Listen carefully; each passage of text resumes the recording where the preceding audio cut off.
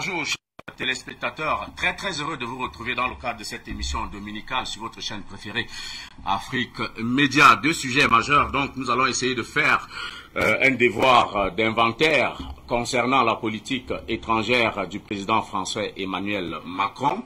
Nous allons revisiter un peu ses relations justement avec les États-Unis, la Russie de Vladimir Poutine, l'Algérie et de façon générale l'Afrique, en ayant un arrêt très précis sur le pré-carré, ce qui a été présenté jusqu'ici comme le pré-carré français francophone, pouvoir politique étrangère donc du président français Emmanuel Macron a porté ses fruits. Ensuite, ou plutôt avant cela, nous allons marquer un temps d'arrêt au niveau de la CEDEAO, c'est donc l'Afrique de l'Ouest, vous l'avez compris, pour poser cette question centrale.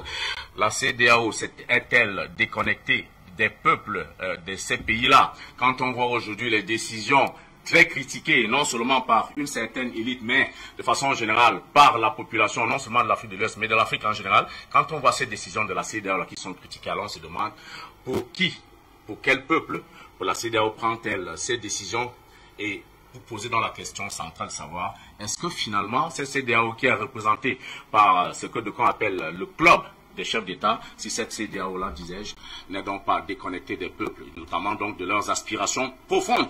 Pour en parler, un panel de choix. D'abord, vous, Ngouti Béanzin, qu'on ne présente plus, grand activiste panafricaniste qui défend dans la cause panafricaniste au-delà des frontières des pays, hérité donc de la colonisation. Bonsoir à vous, merci d'être là une fois de plus à ce rendez-vous dominical. Et puis, je voulais simplement vous dire, aujourd'hui, l'Afrique... le code de l'Afrique bat à l'unisson, c'est la finale de la CAN, entendez, la Coupe d'Afrique des Nations. Comment vous allez et merci d'être là. Salutations, cher aîné, en tant que journaliste, tu sais, je t'apprécie énormément, je pense que nous le savons tous les deux, donc je t'envoie vraiment des salutations fraternelles comme aime le dire le camarade Moizoulou. Mais au-delà de ça, moi je dis toujours salutations à la communauté, salutations au peuple africain et salutations au peuple du monde. Ensuite, pour le foot, vous savez, malheureusement, je suis pas quelqu'un qui suit le foot. Je sais même pas qui est en finale, donc je peux pas me prononcer là-dessus parce que je suis vraiment déconnecté du foot, donc vraiment désolé là-dessus. Mais j'ai pu voir que sur les réseaux, les Africains se chamaillaient, il y avait des petites guéguerres un peu... Bon, j'ai même vu ici à Paris, parce que hier j'étais là-bas pour parler avec les frères, apparemment à Château d'Eau, il y a des frères camerounais qui ont été tapés par d'autres frères ivoiriens à cause du foot. Donc j'ai dû leur parler pour expliquer que non, il n'y a pas besoin d'en arriver jusqu'à là entre nous, mais je ne sais pas plus. Voilà. Écoutez, merci à vous, Béanzin. Ça, ce sont des débordements malheureusement regrettables. Moizoulou Diabanza, vous êtes également un activiste panafricaniste bien connu sur la plateforme Afrique, enfin les différentes plateformes en Afrique Média, notamment singulièrement sur cette télévision. Bonsoir à vous. Je crois bien que c'est la première fois que nous faisons une émission ensemble. Tout à fait. Salutations fraternelles et patriotiques à toutes et à tous. Salutations également à tous mes frères sur le plateau ensemble. Nous allons essayer de donner du meilleur de nous-mêmes pour toujours porter haut et fort la voix de notre mère patrie, l'Afrique, et la voix de ces peuples qui aujourd'hui aspirent plus que jamais à sa libération effective et si l'on veut, à détruire fondamentalement ces piliers et ces racines de l'impérialisme tentaculaire de l'Occident conduit justement par la France. Alors aujourd'hui donc la finale de la Coupe d'Afrique des Nations. Votre cœur aujourd'hui, il est égyptien ou plutôt sénégalais? Il sera très difficile de choisir justement parce que bon, je pense que la pensée que notre est vraiment profondément ancrée dans autre chose, comme mon dévancier là, Béanzin, le camarade, le disait. En fait, nous sommes plongés dans une logique qui fait que tout ce qui porte vers une forme ou une sorte de distraction, vraiment on est très déconnecté, bien que je fus moi-même véritable attaquant footballeur, mais bon, Georges Weah a plus que là déjà décroché les crampons, donc je me suis vraiment longtemps déconnecté. Je me rappelle que la dernière CAN que je regardais, c'était, si je ne me trompe, entre 2008 et 2006. Donc, je n'en sais plus trop. Grand chose. D'accord. Maintenant, vous étiez attaquant de football dans une autre vie. Maintenant, vous êtes attaquant de la cause panafricaniste. Merci d'être là, Mwazoulou Diabanza. Vous êtes également là, le grand sociologue Dacier de Bindouté, un disciple de Joseph Kizerbo, que vous ne cessez de citer, mais également de Cheikh Anta Diop. Aujourd'hui, voisin du Sénégal, votre cas est plutôt sénégalais aujourd'hui, ou alors vous supportez les pharaons? Oui, merci. Moi, ce que je vais dire, Fred, c'est d'abord féliciter le Cameroun pour avoir organisé la CAN. Moi, c'est ça ma seule satisfaction, parce que ce qui a été fait avec ce qui a été dit, quoi, Corona, mais ce que vous avez fait, je pense que c'est ça l'essentiel. Voilà, et ça répond aux objectifs de Kwame Nkrumah. Se retrouver et célébrer l'Afrique, et je pense que ça a été une décision courageuse. Maintenant, tout ce qu'il y a comme discussion entre Ivoiriens et puis Camerounais, moi j'ai toujours dit à mes à côté, je dis entre Camerounais et Ivoiriens, il ne faut pas mettre votre bouche dedans. C'est des gens, ils restent seulement à ce qu'ils se marient pour qu'on ait la paix. Voilà. C'est eux qui font les week-ends ensemble, c'est eux qui font les, quoi, comme le dit Marco, sur les marmailleurs ensemble. Donc on ne peut rien dire. Tu vas parler demain, tu vas voir Camerounais. Il suffit que Eto'o vienne en Côte d'Ivoire, tu vas voir les gens vont sortir dans la rue. Eto'o est là, qu'il faut aller danser ici. Il suffit que Drogba arrive au Cameroun, tu vas voir là-bas aussi les gens vont sortir, que Drogba est là. Donc moi, c'est des choses, je dis, c'est les gens s'amusent. C'est vrai qu'il y a des débordements, mais vraiment, entre Camerounais et Ivoiriens, il ne faut pas rentrer dans leur clash. Voilà, parce que les lendemains, ils vont se retrouver ensemble. Maintenant, à propos de la CAN, moi je dirais plutôt que ça sera égyptien. Parce que connaissant les Égyptiens, s'ils arrivent en finale, ça ne sera pas facile pour le Sénégal. Ils vont tout faire pour prendre la coupe. Voilà. Donc pour le moment, connaissant en tout cas le moral de cette équipe, en tout cas ça sera difficile pour le Sénégal d'arriver à battre l'Égypte pour prendre cette coupe. Eh bien, merci donc Dacier de Bindouté. Je rappelle que vous êtes sociologue, chercheur universitaire. Et dans ce studio, avec moi, Patient Parfait Ndom, militant panafricaniste de la première heure. Bonsoir, Patient Parfait.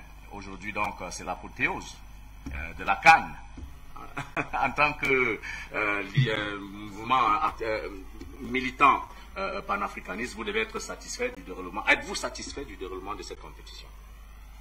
Bonsoir Freddy, bonsoir à tous mes amis qui interviennent depuis, je pense Zoom. Je pense que nous avons l'occasion de faire une très belle émission. Bonsoir à tous nos nombreux téléspectateurs, nos techniciens et à tous qui continuent de soutenir la cause panafricaine. Ils ont notre bonsoir et nous pensons qu'ensemble nous allons continuer notre chemin pour la libération de notre continent, pour la reconquête de notre souveraineté qui a été longtemps confisquée par les officines impérialistes que nous connaissons. Maintenant, ce qui concerne la CAN, d'abord je dis bravo au Cameroun pour avoir réussi cette très belle fête africaine, de la jeunesse africaine, cette belle fête de l'intégration africaine. Il faut qu'on fasse attention, le sport fait aussi partie du combat panafricain. La CAN, historiquement, est une création justement des pères du panafricanisme, le premier Kouma en l'occurrence. Oui. Donc la CAN n'est pas une fabrication de l'Occident, mais ce qui se passe depuis un certain temps, c'est qu'on voit l'intrusion de nouveaux acteurs, des stars des réseaux sociaux, mais qui en réalité ne sont pas visibles dans le combat panafricain, qu'on appelle vulgairement les influenceurs, on ne sait pas de quoi, parce qu'ils ont des milliers de likes, souvent pour des conneries qui n'ont rien à voir avec l'évolution et la conscientisation de la jeunesse africaine.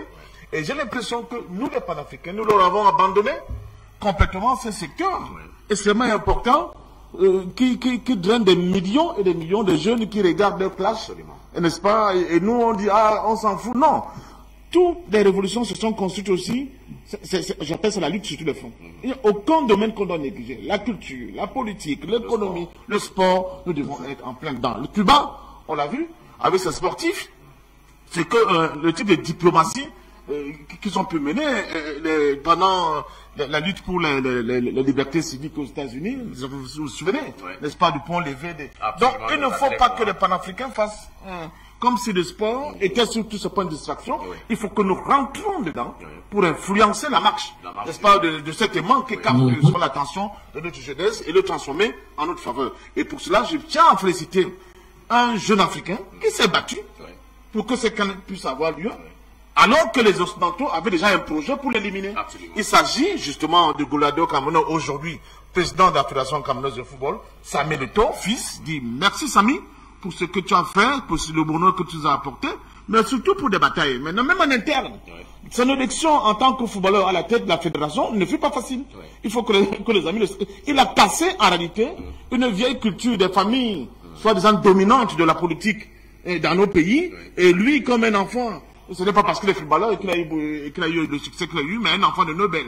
Donc, le prolétariat, venir jouer les troupes de fête dans quelque chose que les soi-disant gens à qui on a légué le pouvoir élite au pouvoir au Cameroun. Donc, c'est aussi une petite révolution dont de l'extérieur, on peut bien voir, et c'est en ça que je pense qu'il faut que, dans tous les domaines, les filles et les fils d'Afrique qui ont montré, qui nous ont donné de la dignité à l'extérieur, s'investissent dans les chantiers qui ont été les leurs pour transformer pour le bien du plus grand nombre l'ensemble de ces domaines-là. Et je pense que pour cela, la CAN est une très bonne chose. Je dis bravo à Samuel Eto'o, à son équipe, et à tout le peuple camerounais qui a encore fait preuve de son sens illimité, de la solidarité, de l'accueil, et tout ce qu'on peut faire de l'hospitalité.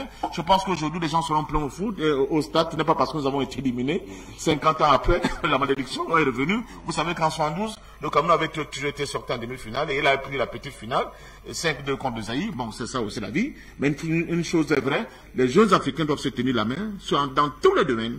La musique, le sport, la culture, l'économie, la politique, sur le plan intellectuel, parce que c'est seulement comme ça que nous allons avancer. Donc bravo, aujourd'hui je n'ai pas de parti pris, que ce soit l'Égypte, que ce soit le Sénégal, que le meilleur gagne, et qu'une fois de plus, nous puissions continuer à célébrer ceux de nos icônes qui ont prouvé que même à l'extérieur, ils sont de véritables représentants de notre continent. Merci.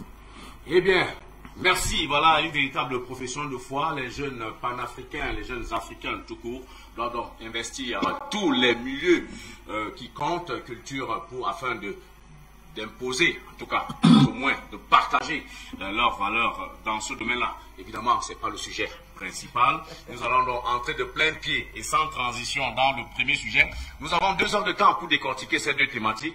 Eh bien, 1 heure par thématique, nous allons faire comme ça. D'acier de Bindouté, je vais commencer par vous, le sociologue, que vous commenciez par nous dessiner le canevas de cette discussion.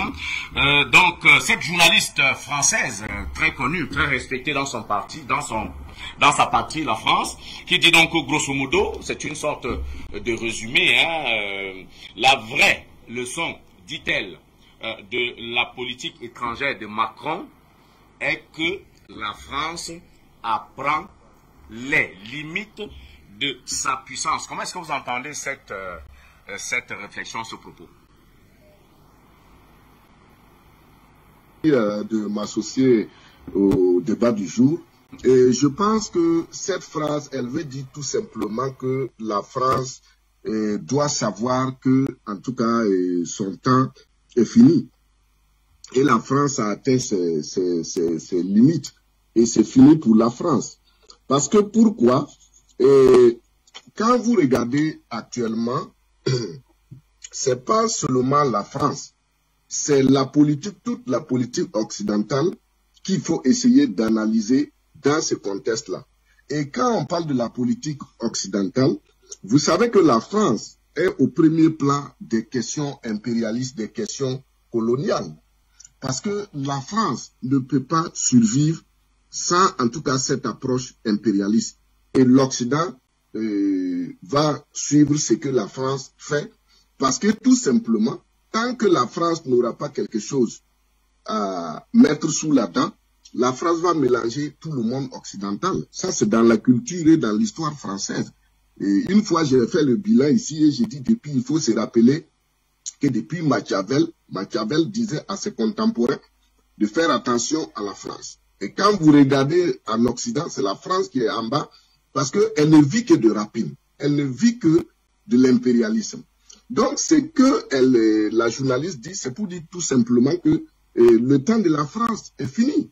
Le temps de la France est fini. Parce que, pourquoi? Vous savez que ce que la France vit aujourd'hui, les États-Unis l'ont vécu en 2008.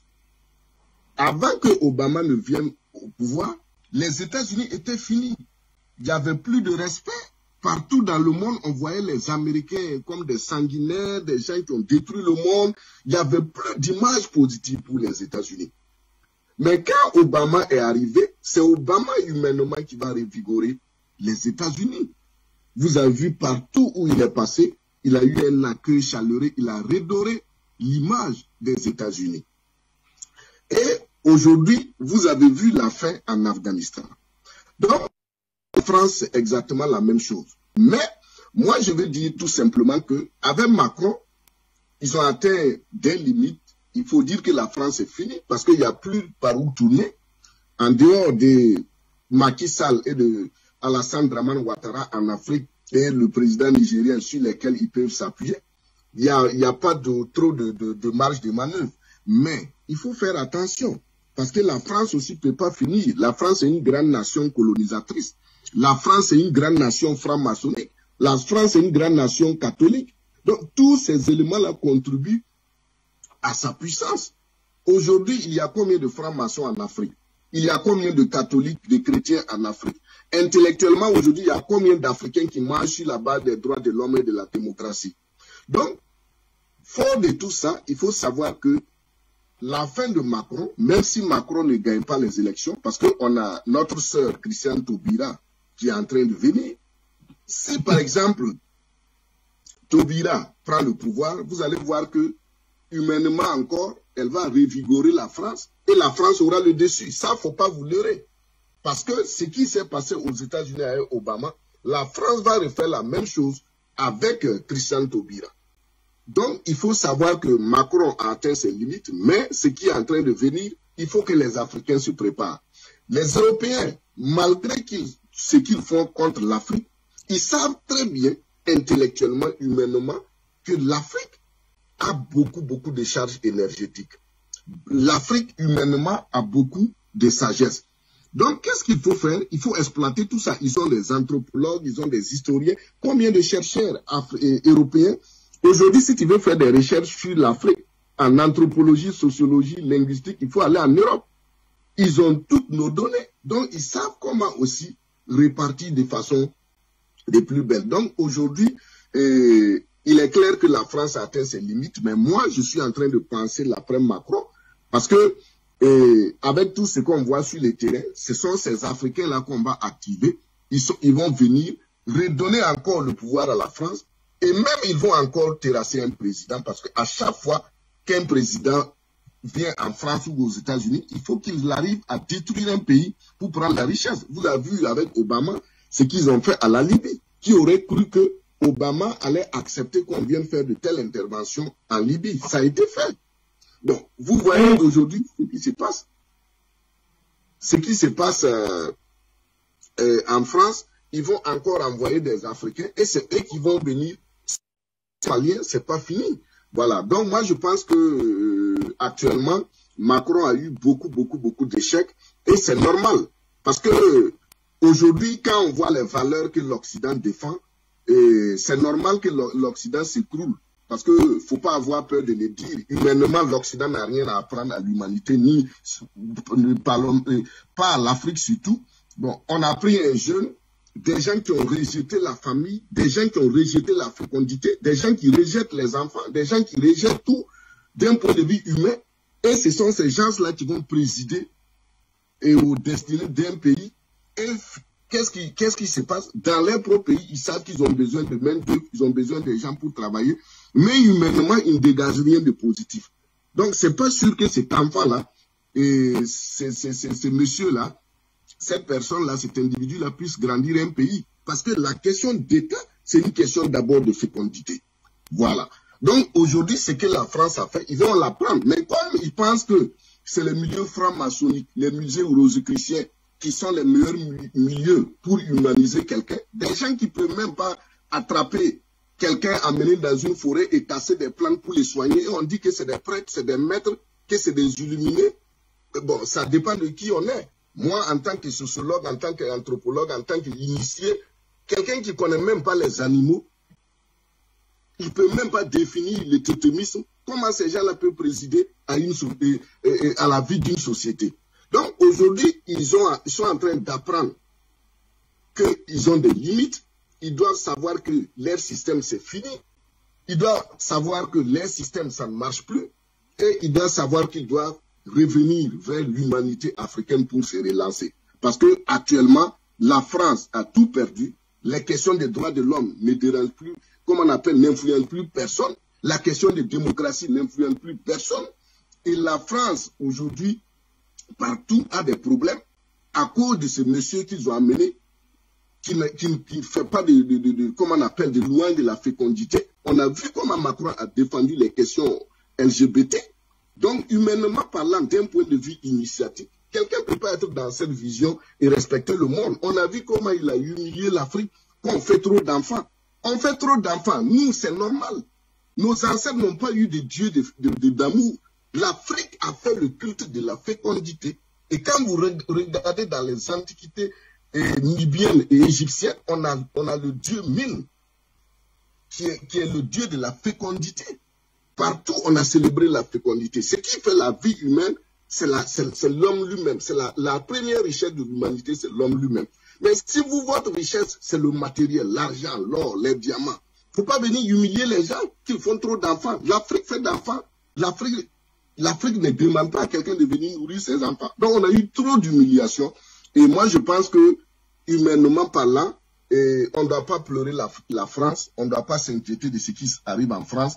Nous, Africains, nous devons travailler maintenant à nous revigorer, à nous lancer pour notre propre renaissance, en nous débarrassant des sales valeurs que les gens nous ont inculquées, croyant que c'est ça qui allait sauver l'humanité. Aujourd'hui, eux-mêmes, ils vivent les conséquences. La société occidentale, comme nous le disait toujours mon professeur d'anthropologie des religions du sacré, le docteur Blaise aux abois, et c'est notre génération qui doit se préparer à revigorer l'Afrique. On ne doit plus s'asseoir en train de nous lamenter sur les questions de l'Église, sur les questions des droits de l'homme, sur les questions de démocratie. Mais comment faire renaître la culture africaine, la vision africaine des choses pour pouvoir nous projeter dans l'avenir. Assier de Bindouté, je voudrais me tourner vers vous, cher ami Mwazoulou. Il y a une question d'actualité qui a retenu l'attention il y a quelques semaines, quelques mois. Et là, cela se passait donc avec les États-Unis d'Amérique, avec la France comme acteur majeur et avec l'Australie comme terre de bataille. C'est donc l'affaire des sous-marins où les États-Unis ont coiffé sur le poteau la France, à qui on avait donné toutes les garanties. Est-ce que cette guerre entre deux pays qu'on présente comme étant des alliés historiques, est-ce que cela illustre la perte de la puissance et de l'influence de la France finalement? Je n'analyserai pas ces points dans ce sens-là, d'autant plus que les guerres ou les incompréhensions entre ces puissances ont toujours été d'actualité. Hein. Elles ont toujours été d'actualité. Rappelez-vous, lorsque le général de Gaulle sort des commandements intégrés de l'OTAN, cela n'a pourtant pas faibli les liens séculaires et, je dirais même sacrés, si l'on veut dire ainsi, qui unissent ces Occidentaux, surtout quand il s'agit de la reconquête et de l'expansion. Et puis, il y a eu, pas fort longtemps, la question de l'Irak. Lorsque Jacques Chirac s'opposa justement à la guerre en Irak, avec les discours de Dominique de Villepin au Conseil de sécurité de l'Organisation des Nations Unies, cela n'a justement pas remis en question ou remis en cause les traditionnels liens qui unissent justement ces deux États ou ces deux nations qui, jusqu'à preuve du contraire, sont habités par le même désir, hein, du sang humain, surtout du sang africain, donc de notre énergie pour pouvoir continuer à vivre réellement et à cette expansion. Ce que je crois fortement, c'est que la France a trouvé une opposition vraie devant son expansion. Elle n'est pas vraiment dans sa fin, parce que ce sont des nations, comme vous le savez, qui n'ont pas de limites. Lorsque, en face, il n'y a pas une opposition véritable, nous avons vu que la France a fait même des nations des territoires des Antilles, des Amériques, comme étant partie intégrante de la France. C'est-à-dire, l'Europe a agrandi ses frontières et son expansion jusque là-bas. Or, lorsqu'on a la Guyane, c'est stratégiquement au bénéfice des États-Unis d'Amérique. D'où l'on pourrait représenter aux États-Unis d'Amérique la possibilité justement d'avoir le contrôle de l'autre partie de notre planète, justement face à la Russie ou face à la Chine, pour lui permettre d'avoir cet avantage. On le voit avec la construction de la Station spatiale internationale en Guyane. C'est l'Occident, justement, c'est les États-Unis qui financent et la France qui agrandit son territoire. L'émergence d'une vraie conscience panafricaine active dans l'action, dans le combat vrai de la reconquête de notre souveraineté, a stoppé la France. Et c'est à ce à quoi on assiste. Et sur ce, il faudrait que notre jeunesse prenne la mesure de ce que nous venons d'accomplir. La mesure, justement, de ce qui se passe aujourd'hui en Afrique. Vous savez, lorsque nos pères ont combattu, mes pensées vont ici à tous ceux qui nous ont précédés dans ces combats et qui ont mis un stop, justement, au colonialisme. Lorsqu'ils ont combattu, l'émergence de la doctrine, ou si l'on veut dire de l'idéologie, était soit le communisme, de Moscou, notamment la capitale qui décidait justement sur l'orientation des politiques à prendre. D'où, ou encore, il y avait ce qu'on appelait les pays des non-alignés. Or, les pays des non-alignés reposaient sur un concept tiré des 5 éléments sortis tout droit du bouddhisme. Là, nous avons l'émergence d'une force qui a existé, mais qui est devenue une force, qui a été construite, dont les bases ont été posées depuis nos pères que je citais, et qui est devenue réellement une force. C'est la doctrine panafricaine. Le panafricanisme est devenu justement la force nouvelle sur le terrain qui repousse d'un côté comme de l'autre. Donc, la mesure que je disais que nous devons prendre, c'est justement de prendre en considération cette force et de faire en sorte que nos relations avec ceux qui seront des partenaires africains, avec soit la Russie, avec la Chine, avec n'importe quel pays, doivent être inscrites selon la boussole de recommandation de la pensée panafricaniste. Ce n'est qu'en ce moment que nous allons faire asseoir sur l'échiquier de la politique internationale et de la diplomatie internationale une nouvelle force qui nous permettra de coopérer, de collaborer par exemple avec la Russie et la Turquie, mais sans pour autant que, ou avec la Chine, Pékin, Ankara ou Moscou, ne deviennent les centres névralgiques des politiques qui seront appliquées en Afrique. Nous tenons justement l'orientation, si vous voulez, la boussole de la politique et de la diplomatie internationale, mais eux sont justement nos soutiens et nos appuis pour aller dans le sens de vaincre totalement l'Occident. Voilà, je peux analyser cette approche, ce qui fait d'ailleurs, ce qui nous permettra d'ailleurs, pour conclure par là, d'éviter de refaire ce qui a été fait en 1960. C'est-à-dire, parce que la Russie rentrera toujours par l'Algérie, comme ça a été dans le temps. Les États-Unis d'Amérique s'appuient à travers la France, mais par des pays comme la République démocratique du Congo, comme ça a été justement avec Mobutu et Jonas Malero Savimbi. Donc il faut éviter cela. Et pour éviter cela, c'est les batteries panafricanistes et panafricaines, en mettant de côté, si vous voulez, nous devons vaincre les forces politiques, les partis politiques, j'allais dire classiques, pour faire en sorte que le mouvement panafricaniste conduise à travers la rue, à travers les palais et à travers justement les leviers du pouvoir, l'avenir de notre mère patrie, l'Afrique, pour mettre fin à cette hégémonie occidentale. Mwazoulou Diabanza. Alors, Ngouti Béanza, j'ai souvent tendance à vouloir, pour rigoler un peu, vous appeler le roi Béanza. Mais alors, cher ami, aujourd'hui, on voit que les ONG sont souvent instrumentalisées par la France, notamment Macron. On l'a encore vu au sommet de Montpellier, avec des ONG toutes fabriquées et des organisations de la société civile. Et l'une des batailles, justement, notre cher ami l'a évoqué, c'est la question de l'homosexualité, la défense des LGBT. On a vu quand même certains chefs d'État africains un peu gênés aux entournures, mais finalement, vous ne me suivez pas. Il n'y a plus de son. Vous n'avez pas le retour. Non. On entend plus. Malheureusement, le cher ami Béanza n'a pas le retour. Vous avez le retour déjà, non? Le temps que cela rentre en ordre, je vais peut-être me tourner là. référendum pour vous poser la question justement sur cette question d'homosexualité, de LGBT. On feu de... Ils appellent ça dans un cadre général dit des droits de l'homme. Et aujourd'hui, on a vu des présidents quand même, le président Biya en son temps, mais également plus récemment le président Macky Sall dit que ces pratiques-là ne rentrent pas dans les mœurs africaines. Est-ce qu'on peut dire que lorsque vous regardez donc le déploiement de la diplomatie française en Afrique concernant cette cause-là, vous diriez que c'est un échec ou une victoire pour le président Macron? Et puis j'aimerais vous entendre aussi également sur la question des sous-marins. Parce que notre ami Mwazola Dibanza pense qu'il s'agit simplement... Est-ce que vous avez l'impression qu'il s'agit simplement d'une scénographie pour je ne sais pas, divertir le monde, cette passe d'armes entre la France quand même et les États-Unis concernant la fourniture de ces sous-marins à l'Australie? Non, pas du tout. C'est pas une distraction. C'est vrai, il y a eu de temps en temps. Opposition, oui. Mais évidemment, vous savez, quand le gibier vient à manquer, oui, les partenariats entre carnivores ne sont plus du tout valables. Oui. C'est-à-dire que nous sommes face à un monde où les prédateurs entre eux ne se font plus de cadeaux et sont capables à un moment donné, dans ces moments de disette, mais ça sur le plan des espaces économiques, sur le plan des marchés économiques, de casser de sucre de manière violente sur le dos des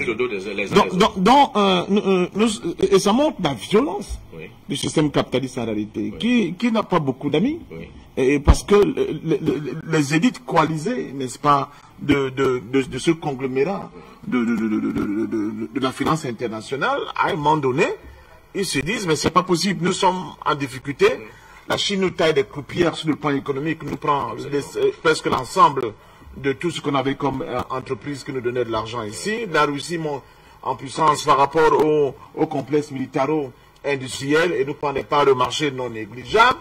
Bon, on regarde de gauche à droite. Est-ce qu'il y a quelque chose à se mettre là-dedans? Ah, il semble que la France voulait vendre à l'Australie des sous-marins thermiques. Nous, on peut faire notre proposition avec des sous-marins nucléaires qui ont une meilleure capacité de projection, mais aussi d'autonomisation, n'est-ce pas, sous l'eau. Et pourquoi pas?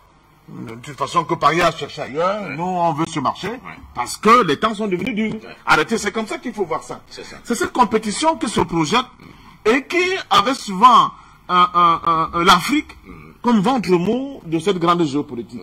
Le réveil panafricain, justement, il est là. C'est-à-dire que l'Afrique se repositionne sur l'échiquier, non comme une proie, mais comme quelqu'un qui veut compter sur la place de cet enjeu international. Et c'est ça qui est important, ça qu'il faut retenir.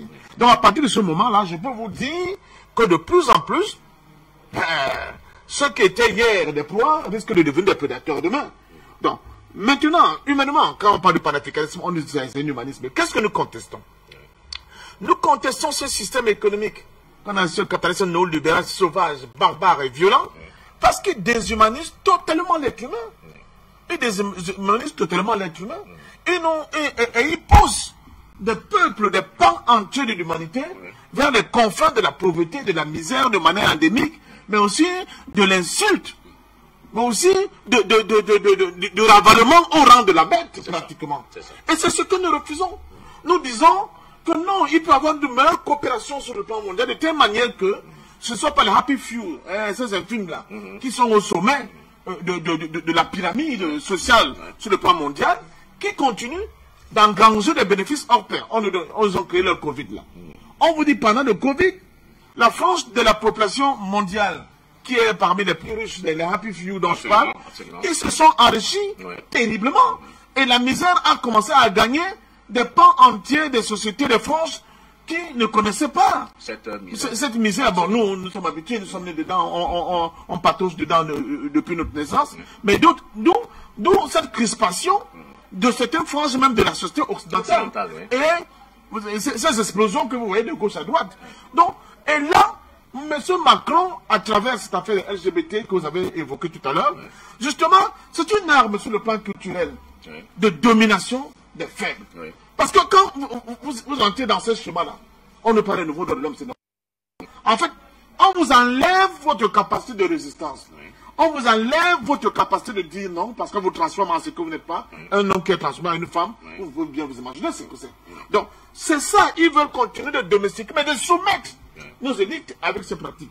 C'est pour cela que de toute façon, je pense que nos sociétés séculaires ont su résister. Et quelle a donc été votre réaction de ces deux présidents, Paul Biya d'un côté et Macky Sall, qui ouvertement, je veux dire publiquement, ont essayé de répondre à Macron? Mais surtout Macky Sall, parce qu'il ne peut pas faire autrement. Oui. La société sénégalaise est construite d'une certaine manière. Et c'est même ce sont les acquis de cette culture-là, africaine qui est la nôtre. Donc Macky Sall, il n'avait pas beaucoup de choix. Oui. Macky Sall ne pouvait pas dire à Obama, c'était devant à Dakar, hein, que non, il n'avait pas de choix. Oui. Ce n'est pas notre culture parce que notre société ne l'accepte pas. Point. Oui. Maintenant, les élites peuvent continuer surtout dans les loges, souvent on voit des choses incroyables, n'est-ce pas? Ce n'est pas parce que toutes les images ne sont pas montrées à la télé, mais on sait qu'il y a des choses incroyables qui s'y passent. Mais ce sont des formes de domination.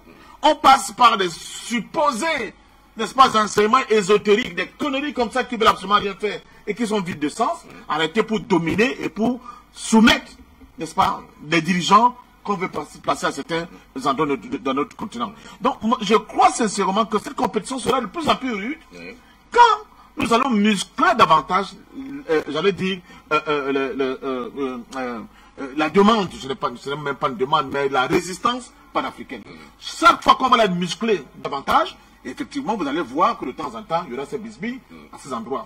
Attendez, M. Macron, accompagné de l'actuel chancelier allemand, ils se sont rendus à Moscou, soi-disant pour traiter la carte de l'Ukraine, du cas de l'Ukraine autant pour moi. Mais tout le monde qui regarde très bien ce qui se passe, ils savent que ce qu'on a sur la table, c'est la question des droits de l'homme. Non, des pays africains. C'est la question des pays africains. Macron est prêt à lâcher, de laisser la question ukrainienne, on dit, mais l'Ukraine, c'est pas important. Mais ils sont prêts à se battre à mort, pour continuer à dominer notre continent africain. C'est ça qu'il s'agit.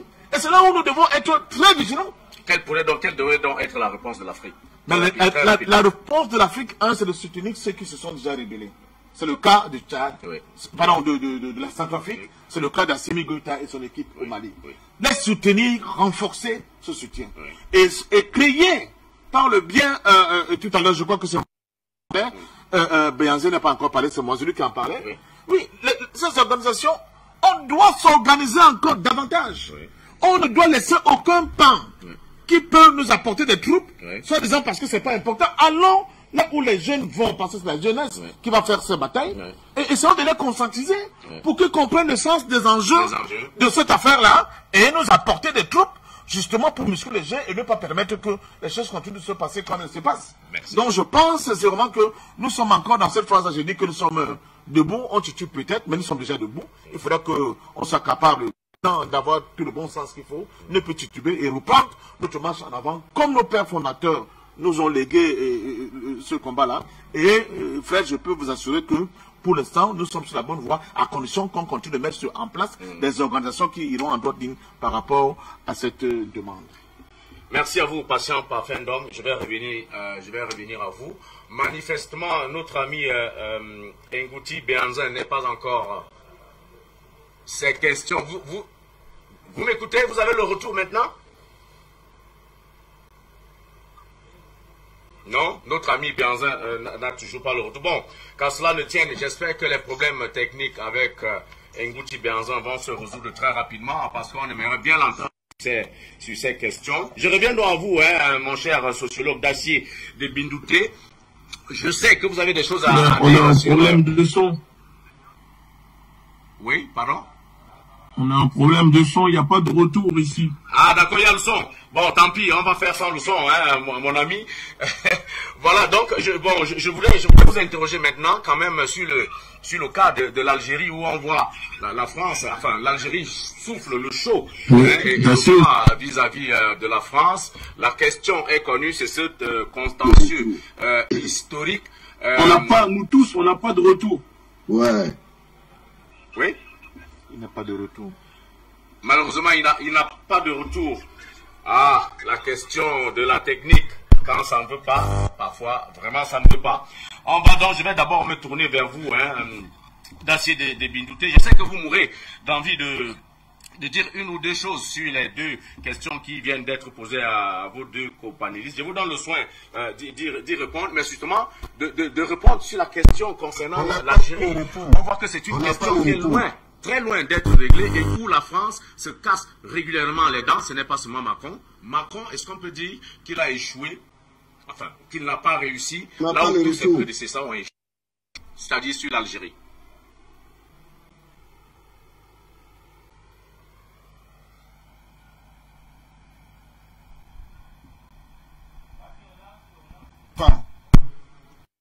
Est-ce que notre ami en direct de Ouagadougou avec nous, Dacier de Bindouté, est-ce que vous êtes avec nous? Je vous posais la question de savoir, aujourd'hui, l'Algérie semble être un roc sur lequel différents présidents français échouent. Est-ce que vous diriez que c'est également le cas de Macron à l'aune de cette dissension qui sont apparues il y a quelques mois entre le président français et son homologue algérien, avec le rappel des deux ambassadeurs? Vous pouvez me reposer la question. Là, on a le retour du son maintenant pour nous trois. Notre ami Ngouti Béanzin, enfin en direct avec nous par Zoom, grâce au dieu donc de la technique. Alors, mes chers amis, je vous posais la question sur l'Algérie. Sur l'Algérie où Macron semble avoir, en tout cas n'avoir pas réussi, là où ses prédécesseurs avaient échoué. Oui, chers journalistes, vous savez, avant de répondre à votre question, j'aimerais vraiment rendre hommage au président Nasser en disant cette phrase qui disait que la pauvreté n'est pas une honte, c'est l'exploitation du peuple qu'il est. Donc nous allons nous battre pour retrouver nos droits. Donc vous savez, le problème de l'Algérie, c'est que moi, selon moi, je pense que l'Algérie ne se positionne pas encore clairement à 100%. L'Algérie, nous parlons du gouvernement, des politiques, sont en train de jouer au jeu de l'équilibriste. Voilà, pour le moment. Va savoir pourquoi, je pense, c'est aussi peut-être parce que l'Algérie tente aussi de protéger ses arrières. Mais concernant Macron, quand on observe bien, on voit clairement que Macron n'a pas réussi à vraiment, comment dire, séduire le gouvernement algérien, malgré que Macron a fait envoyer un ami à lui en tant qu'ambassadeur, nommé en tant qu'ambassadeur en Algérie pour régler ces problématiques. L'Algérie ne semble pas trop vouloir coopérer à 100% ou laisser un peu de laisse à l'État français, parce que l'Algérie ne veut pas encore oublier son passé, les crimes imprescriptibles de la France en Algérie. Donc, on voit bien que la France essaye de charmer, de séduire le gouvernement algérien, mais ça ne passe pas pour le moment. Et j'espère vraiment que le gouvernement algérien ne va pas céder à Macron. Et je crois que Macron tombe dans son propre piège africain. Et avant, peut-être, c'était en jeu. Maintenant, ça devient la réalité pour Macron.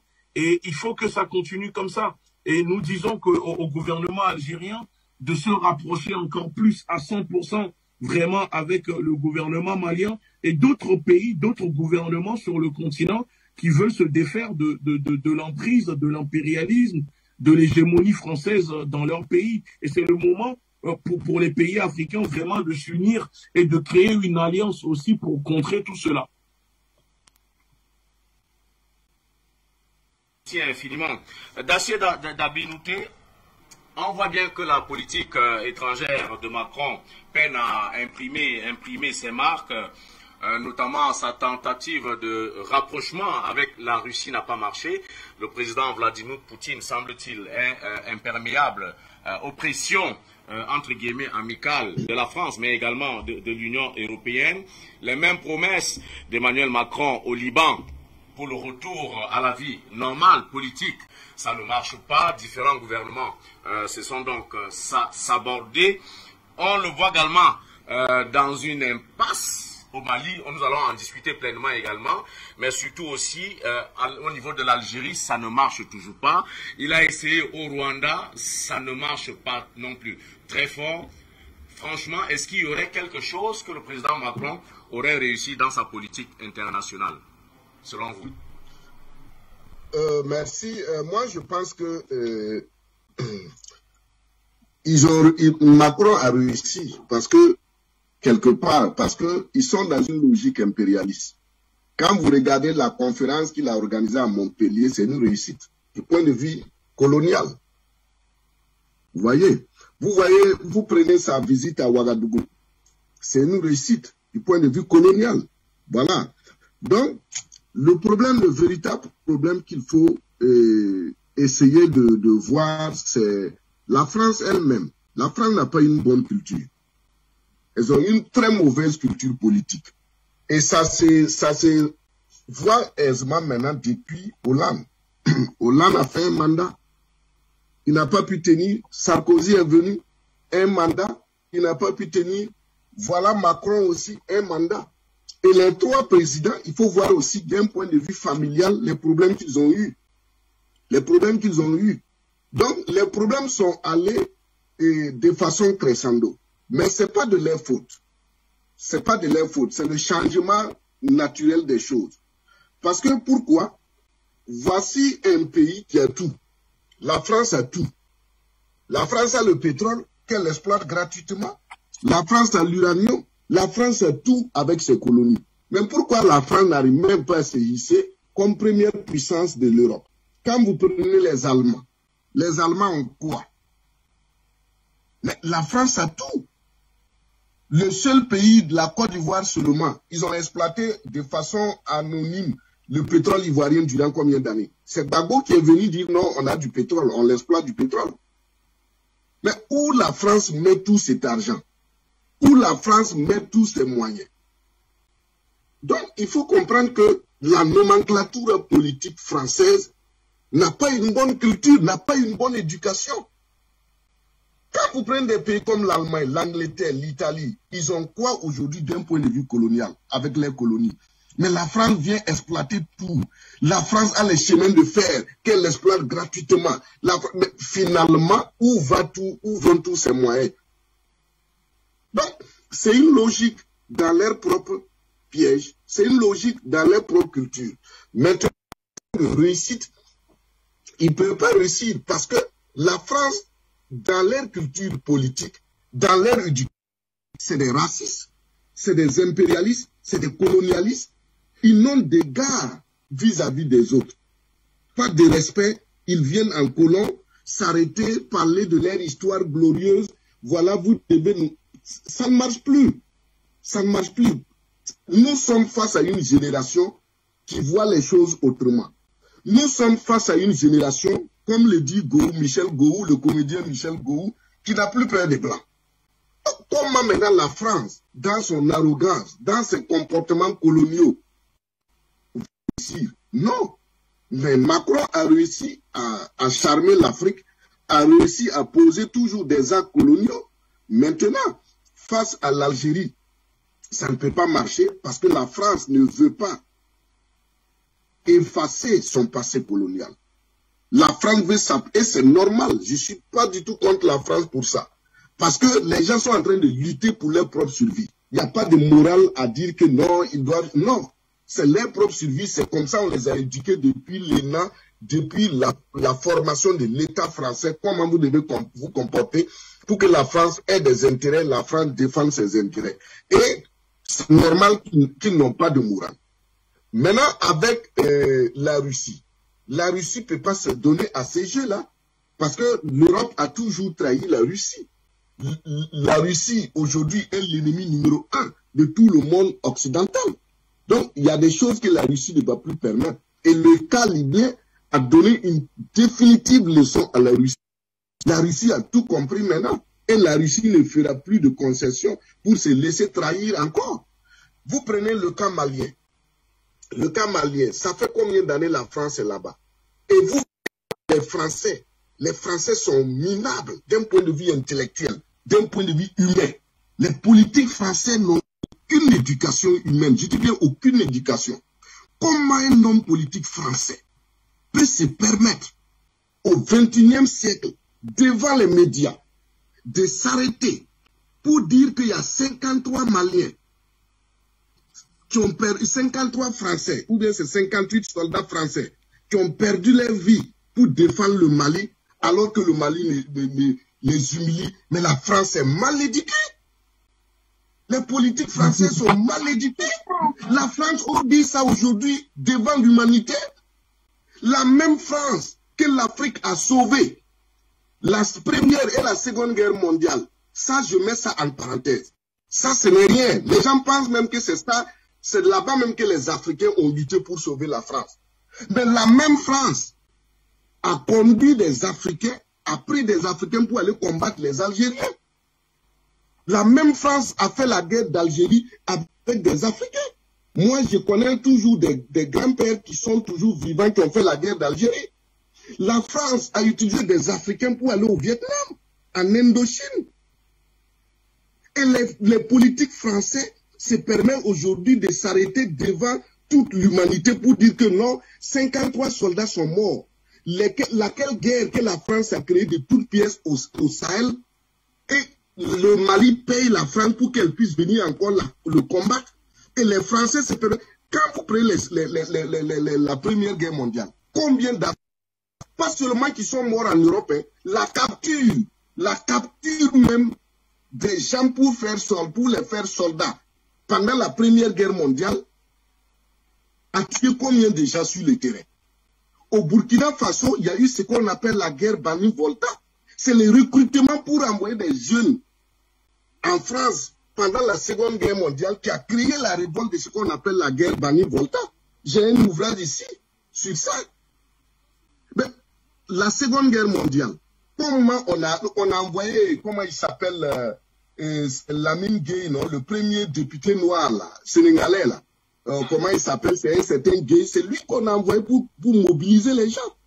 Quand vous prenez un monsieur comme le gouverneur Félix Eboué, le gouverneur Félix Eboué est mort de fatigue pour avoir bossé pour De Gaulle. De Gaulle a fait quoi sur le terrain?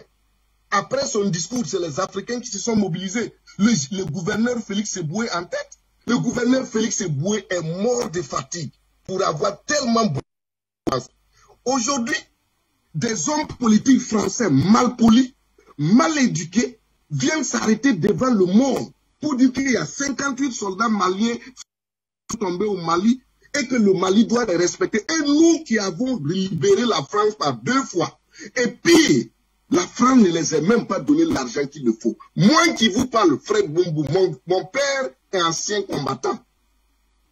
Mon père a été ancien combattant. Je parle là en tant qu'enfant de soldats français. Mais aujourd'hui, les Français, au lieu d'apprendre par l'histoire et de recorriger leurs relations avec l'Afrique, moi j'ai quelle estime pour la France. J'ai quelle estime pour ces hommes politiques français qui sont très éduqués, qui ne peuvent même pas respecter leur propre histoire. Je dis bien très mal éduqués. Des gens sont venus vous libérer. Ils n'ont même pas eu les salaires. Même ceux qui ont eu les salaires, qui est sergent, le français qui est sergent, vous avez combattu ensemble, vous n'avez pas le même salaire. Vous n'êtes pas payé au même prix. Ils sont revenus, ils ont gâté leur vie. Le massacre de Tiaroy, on a tué combien de soldats, combien d'Africains? La France se permet aujourd'hui de sortir, vouloir humilier encore l'Afrique pour dire que non, nous on vous aide, vous nous aidez pas. C'est pourquoi je dis, ce qui se passe, c'est parce que les Maliens sont lâches. Je dis bien les Maliens sont lâches. Moi, j'étais aujourd'hui président du Mali. Il n'y a plus de dialogue avec la France. Le Mali a fait combien pour la France? Le Mali a fait combien de soldats maliens sont morts pour la France? Nous devons nous respecter en tant qu'humains.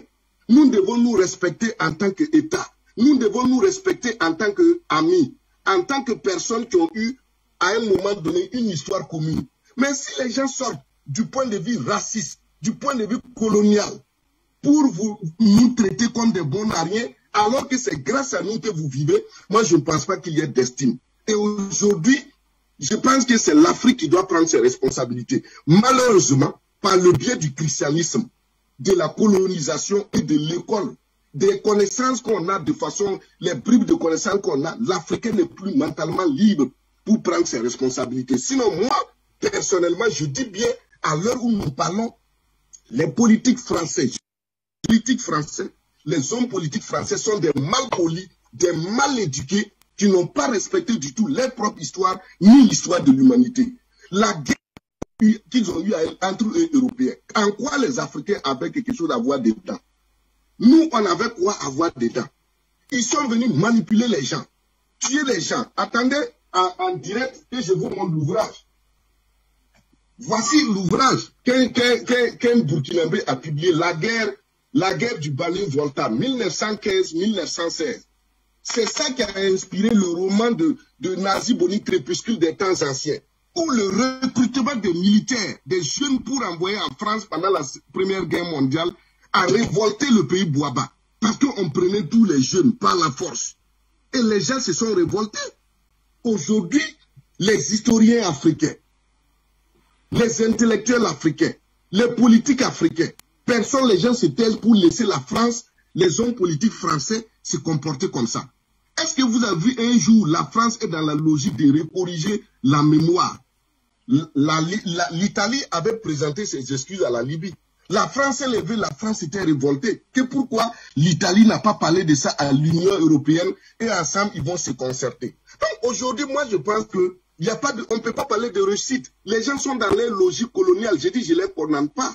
Ils sont dans leur combat pour la survie. La France n'a vécu que de sang.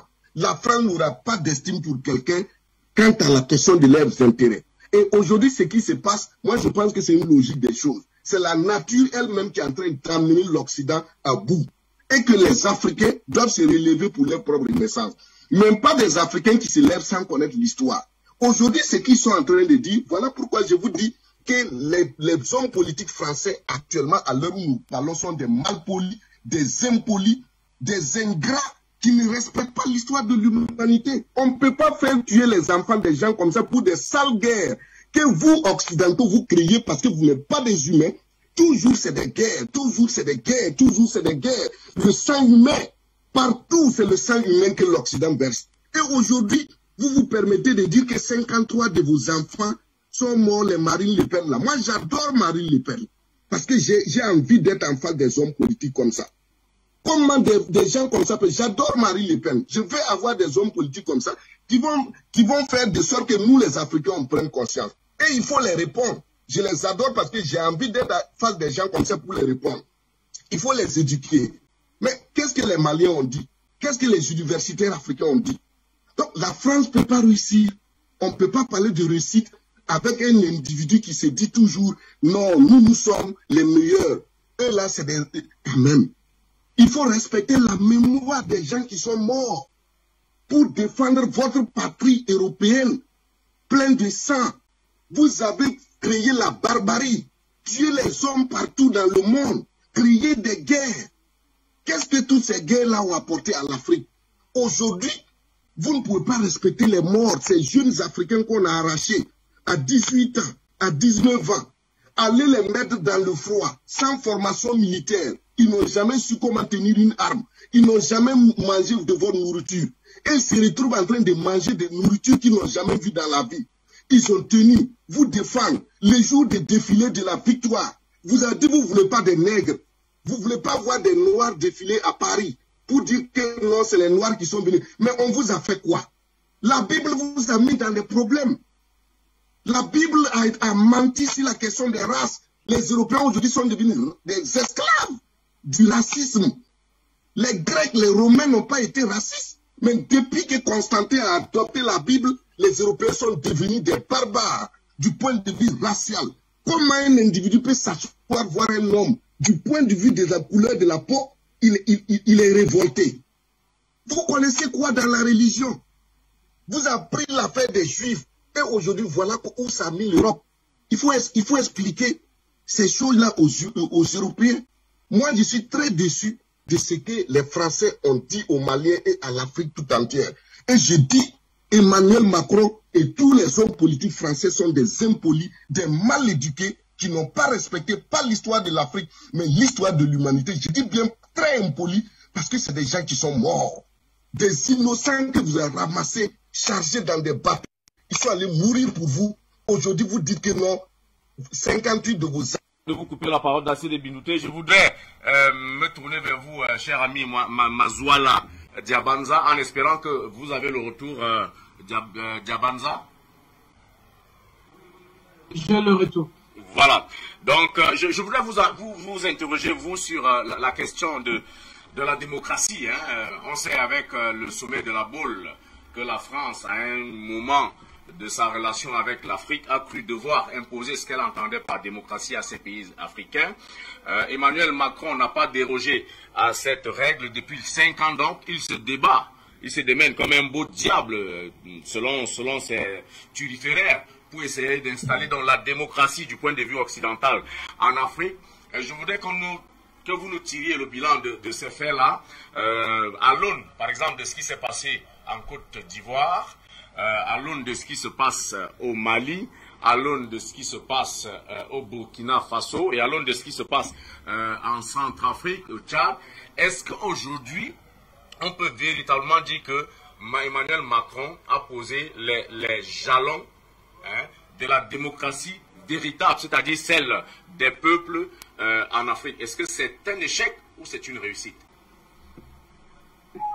Je pense que c'est pas aujourd'hui qu'il faut faire le diagnostic ou le constat de ces résultats. La dichotomie est, si vous voulez, autour de cette question de la démocratie à géométrie variable. Les épingles du jeu ont été tirées depuis le temps, justement, de tous ces pères, au lendemain de la lutte des indépendances. Les pères des indépendances ont été tous renversés. Ceux qui sont venus après, qui ont été mis justement au pouvoir, les révolutions tout couleur dont on connaît, a donné l'émergence d'une opposition politique qui ira de Étienne Tshisekedi, Laurent Gbagbo, Morgan Tsvangirai, Abdoulaye Wade, tous ces pères africains, ils sont tellement nombreux qui justement ont combattu pour l'instauration d'une démocratie politique véritable. C'est là qu'il fallait tirer la conclusion, faire les diagnostics, parce que depuis la Baule, en 90, jusqu'en venant vers ces années-là des combattants que j'ai cités, c'était un échec. On voyait la même France soutenir d'un côté les États qui qualifiaient même de démocratie quand ça leur arrangeait, et de l'autre côté, ils renversaient ces mêmes démocrates venus au pouvoir. Jacques Chirac disait en 1997, en République du Congo-Brazzaville, que la démocratie entraîne le soutien de la communauté internationale. Mais lorsque Pascal Lissouba a refusé, justement parce qu'il est venu en flatteur, mais lorsque Pascal Lissouba refusa de revoir les accords signés avec Elf, justement qui a permis à la République du Congo-Brazzaville de récupérer 67% au lieu de 13% avec le général Sassou Nguesso, 67% de ses revenus pétroliers, Jacques Chirac a Denis Sassou Nguesso à travers Elf, dont l'affaire est connue de tous. Donc, c'est là qu'il fallait tirer. Le problème, c'est qu'avec aujourd'hui, que ça soit tant sur le plan politique, tant sur le plan sécuritaire, tant sur le plan économique, tant sur le plan diplomatique, ce n'est pas Emmanuel Macron, c'est la France qui se rend compte que sa politique ne marchera jamais et n'aura pas, justement, si vous voulez, de place dans le jeu de la politique internationale, si ce n'est la politique américaine qui leur obligera d'agir conformément aux volontés des États-Unis d'Amérique. C'est là où j'analysais en premier point. Parce que s'il faut regarder, par exemple, la politique sécuritaire de la France, qui va de pair avec la politique diplomatique et la politique, justement, de ce que vous énumérez, de l'installation de la démocratie. Parce que la démocratie en Afrique s'installe au bout de fusil, comme le fait la France. Lorsqu'on regarde cette politique sécuritaire, je disais, à l'époque de Jacques Chirac, qu'est-ce qu'on a remarqué? C'était le Proche et le Moyen-Orient, d'où la France axait sa politique sécuritaire et notamment diplomatique. Elle parlait de l'instauration de la démocratie dans ces périmètres, dans ces parties de notre planète, avec les conflits israélo-palestiniens, élargissant les questions en Syrie et tout consort. Donc la ligne sécuritaire de la France sous Jacques Chirac était justement entre le Moyen et le Proche-Orient. Lorsque Nicolas Sarkozy arrive, il entretenait cette politique. Mais Nicolas Sarkozy, lui, a posé la ligne sécuritaire et diplomatique en partant de ce qu'on a appelé le Maghreb, la Méditerranée. Ce qu'il qualifiait lui-même, il faut sécuriser la Méditerranée. C'est là où il déploie pour sécuriser la Méditerranée. Le seul obstacle, c'était le colonel Kadhafi. Donc il fallait éliminer Kadhafi et que la France tienne justement la Libye. Organisme ou base sécuritaire pour installer, sécuriser à la fois, c'est-à-dire la civilisation occidentale que vous traduisez par la démocratie, et justement sa politique sécuritaire, donc la sécurité de l'Europe en partant du Maghreb. Lorsque François Hollande arrive, François Hollande dit il faut aller plus loin. Il faut mettre la ligne sécuritaire et justement donc la civilisation occidentale, donc l'instauration de la démocratie, en partant de ce qu'on a appelé la bande sahélo-sahélienne. C'est pourquoi la France pose à ce moment-là la base militaire permanente au niveau justement de la base des Tessalies pour contrôler la bande sahélienne. Parce que c'est sous cette politique qu'il fallait imposer justement et donc la civilisation occidentale et la sécurité justement de l'Europe en partant de la bande sahélo-sahélienne. Emmanuel Macron, lorsqu'il arrive, c'est là qu'on doit commencer à juger Emmanuel Macron. Parce qu'Emmanuel Macron, jusque-là, n'a fait qu'entretenir les politiques de ses prédécesseurs. Maintenant, où commence la politique sécuritaire et la démocratie d'Emmanuel Macron? Ça commence notamment avec ce qu'il appelle, lui, il faut aller plus loin, au sud du Sahara. Donc, il quitte la bande sahélo-sahélienne, il vient au niveau du sud du Sahara. Et quel est le point d'ancrage? C'est la zone de 3 frontières. Le Burkina Faso, le Niger et le Mali. C'est en partant de là qu'on va sécuriser le sud du Sahara, c'est-à-dire l'instauration de la démocratie au bout du fusil et la sécurité de l'Europe, donc notamment l'expansion de la civilisation occidentale. Voilà comment il faut lire les différentes lignes sécuritaires imposées par ou construites par les Élysées avec différents présidents et chefs d'État pour en venir jusque-là. Mais la réponse qu'il faut donner, elle est claire et elle est simple. Le panafricanisme est en soi l'illustration parfaite de la démocratie africaine et panafricaine. Donc, il faut que cette doctrine devienne le leitmotiv de nos diplomaties, de notre sécurité, de notre économie et de notre finance. Parce que l'insécurité africaine, ce n'est pas aujourd'hui. L'insécurité, elle est d'abord mentale et morale. Elle est civilisationnelle. Elle est financière avec le franc CFA. Elle est sécuritaire ainsi militairement avec la présence des bases militaires françaises. Donc, il faut que le panafricanisme, comme je le disais, devienne avec ces mouvements de rue, avec cette émergence pour briser notamment les laboratoires politiques de la gauche, de la droite, de l'extrême gauche, de l'extrême droite, qui jusque-là ont nourri la sève des partis politiques africains. C'est ça la fin des choses. Et c'est là que vient notre détermination en tant que militants panafricains engagés. Nous avons fourni des efforts. Ce n'est pas la loi de la nature, ce qui se passe, que ça change. Non. Dans la pensée africaine, c'est l'homme qui commande la nature, qui commande la foudre, qui commande en le respectant, bien entendu, qui commande la pluie. Donc, il y a eu des efforts, des engagements, de combats menés pour que la France s'en rende compte maintenant qu'il y a une action menée d'autre part, en face d'elle, et qui va stopper cette expansion et cet échec cuisant pour conclure de cette fameuse politique de l'instauration de la démocratie, donc de l'expansion de la civilisation occidentale dans notre mère patrie, l'Afrique.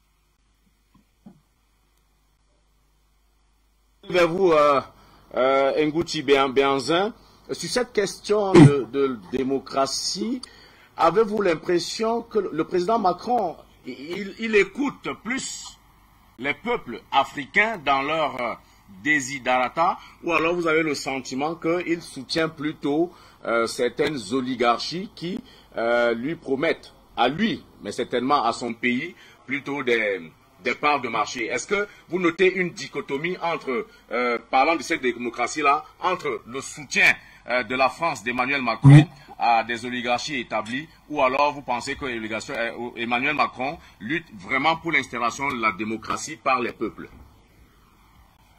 Alors, cher René, vous savez, je pense que mes deux camarades panélistes ont vraiment fait le tour sur la question moderne. Je vais juste compléter en vous répondant pour que le peuple, les téléspectateurs qui nous écoutent, puissent comprendre comment procède aujourd'hui ce système mis en place que défend Macron.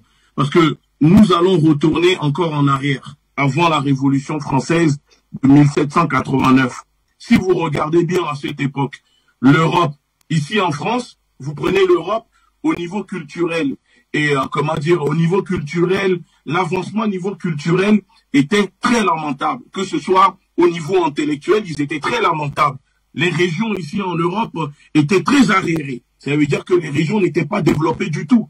Le taux d'alphabétisation était très très bas. Alors qu'est-ce qui s'est passé?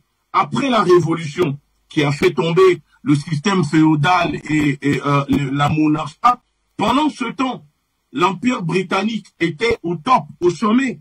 Et cela n'arrangeait pas l'Empire britannique à cette époque, quand il y a eu la Révolution française. Parce que le monde. Parce que il faut que les gens puissent comprendre, au fait, le monde dans sa réalité, dans sa globalité. Quand la Révolution française s'est déclenchée, l'Empire britannique s'est senti en danger parce que d'autres pays allaient concurrencer son système, a préféré faire tomber la Révolution pour réinstaller le système féodal en France. Donc, c'est à partir de ce moment qu'ils ont commencé à pratiquer le jeu de diviser pour régner. Et donc, ce qui se passe aujourd'hui, si vous prenez aujourd'hui, pourquoi ils ont tué Mehmet Ali en Égypte? Parce que s'ils n'avaient pas fait cela, il y aurait eu aujourd'hui l'Empire arabe, une puissance arabe, économiquement, militairement, qui allait concurrencer directement le système occidental. Donc, en détruisant, en attaquant l'Égypte pour faire tomber Mehmet à l'époque, l'Empire britannique et français se sont arrangés le droit de diviser pour régner en s'associant.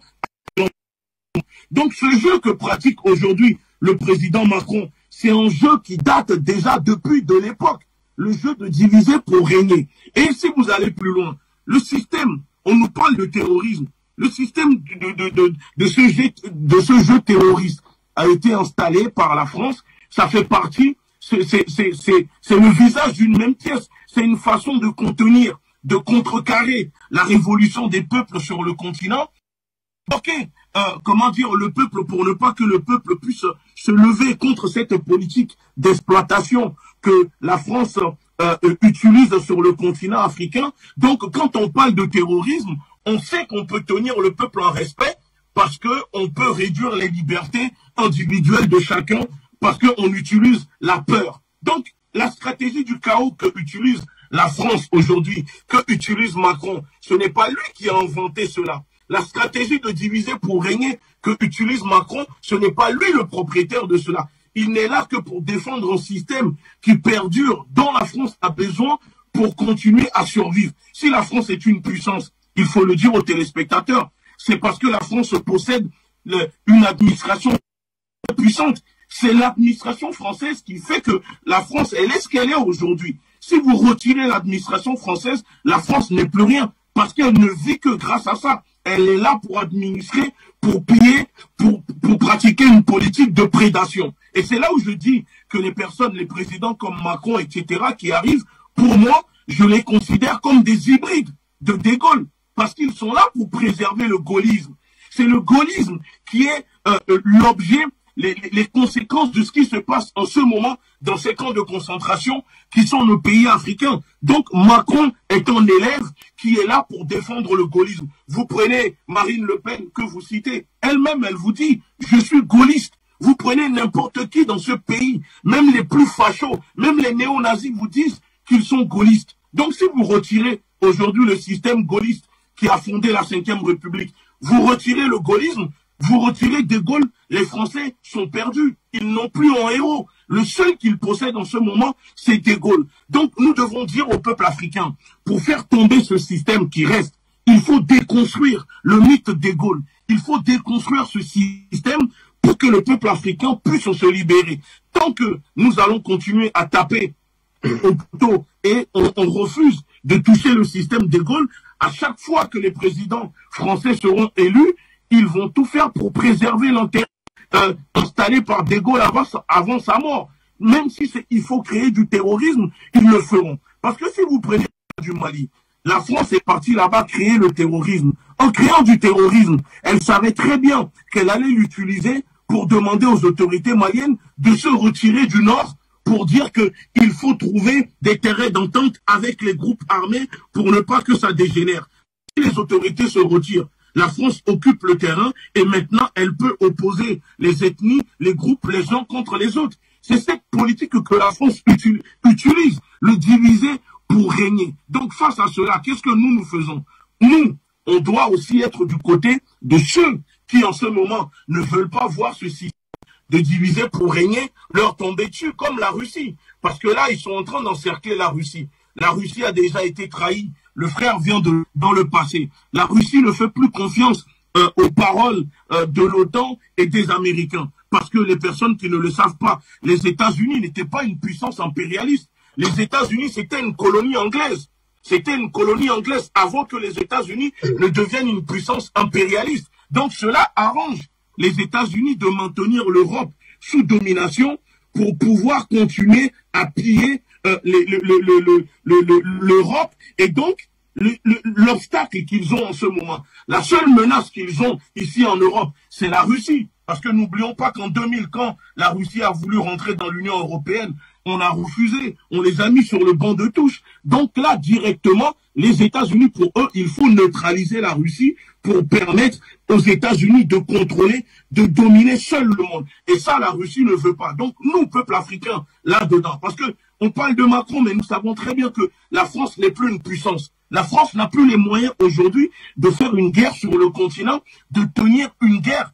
Parce que la France compte sur l'OTAN, puisqu'elle finance au sein de l'OTAN. Et vu qu'elle n'a plus les moyens pour financer au sein de l'OTAN, quand vous regardez bien, c'est les Américains qui tirent l'épingle du jeu. C'est eux qui bénéficient de tout ça, mais ils sont dans l'ombre et ils sont là en train de manipuler pour utiliser les uns contre les autres. Parce que à l'heure où je vous parle, l'OTAN, en encerclant la Russie, c'est très bien, c'est une façon de les neutraliser. Et si la Russie est neutralisée, on sait que le continent africain ne pourra pas se libérer parce qu'on a besoin d'alliances militaires, on a besoin de pays capables de nous équiper d'armement. Donc c'est pour ça que nous disons que le peuple africain doit se positionner, mais en se positionnant tout en faisant sa propre révolution. Nous devons faire aussi notre révolution, parce que si on est là les bras croisés et penser que par exemple, les autres vont venir nous libérer, alors que nous sommes confrontés à des problématiques entre Africains, c'est faux. Macron va partir.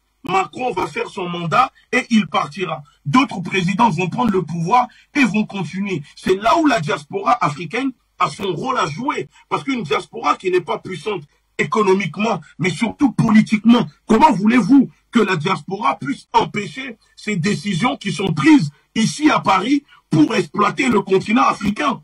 Pourquoi la France ne mène pas une politique d'exploitation vis-à-vis de l'État d'Israël? Tout simplement parce que la communauté juive en France s'est bien organisée et donc empêche cela, impulse une politique pro-Israël ici en France. C'est ça que le peuple africain, il est temps de comprendre que la politique est un rapport de force. On aura beau gesticuler, on aura beau pleurnicher, on aura beau se plaindre et dire que la France ceci, cela. Si nous-mêmes, on ne s'organise pour prendre aussi notre part du gâteau, je vous dis que nous allons continuer à subir et ils vont toujours continuer à utiliser cette politique de diviser pour mieux régner. Parce que le Sahel est une route où ils sont de l'utiliser. Celui qui contrôle le Sahel aujourd'hui contrôle le continent africain. Donc, c'est pour eux de contrôler le Sahel, de se battre. Et si la France n'a plus les capacités de le prendre, vaut mieux pour la France de laisser le Sahel